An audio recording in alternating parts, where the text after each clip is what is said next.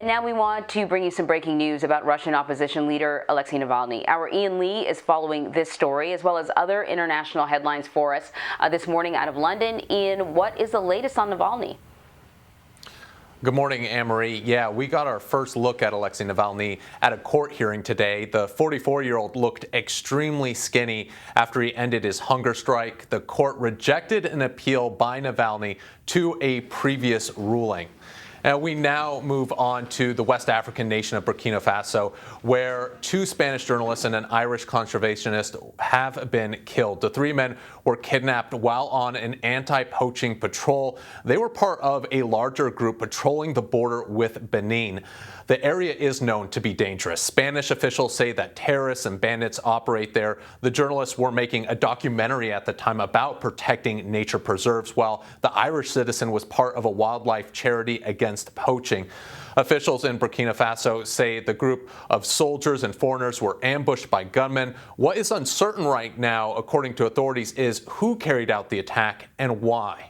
We are now moving on to Turkey, where the country prepares for its first lockdown. COVID-19 cases are soaring. The streets and shopping centers were packed as folks rushed to stock up on supplies. They will have to stay home unless doing essential shopping, while schools will also close. Turkey has been relatively successful keeping the virus at bay, but relaxing restrictions triggered a second wave. Critics also say the country isn't vaccinating fast enough.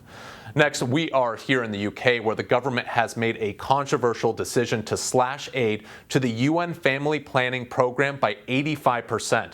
And this is devastating, as Britain is the largest donor, but UK officials say the economic impact of COVID has forced their hands. They add they just don't have the money. The UN estimates the funds would have helped to prevent roughly 250,000 maternal and child deaths, more than 14 million unintended pregnancies, and roughly 4 million unsafe abortions. Finally, we are in China, where the country launched its first module of a new space station. The Chinese rocket carried the living quarters for future crew members. Beijing is building its own station because it's currently banned from the International Space Station. Officials say it'll take at least 10 more launches to carry additional equipment before the station goes online sometime next year. This is all part of the country's increasingly ambitious space program. There has been talks of China sending a mission to Mars, as well as developing a base on the moon with Russia. And Anne-Marie, the space race is heating up. China has poured tons of money into their efforts to catch up with the U.S. and Russia. Beijing had only put a person in space for the first time in 2003.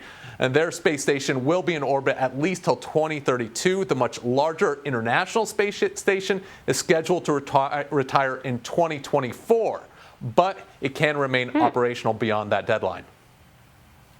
It's about to get a little crowded up there. Ian, thank you.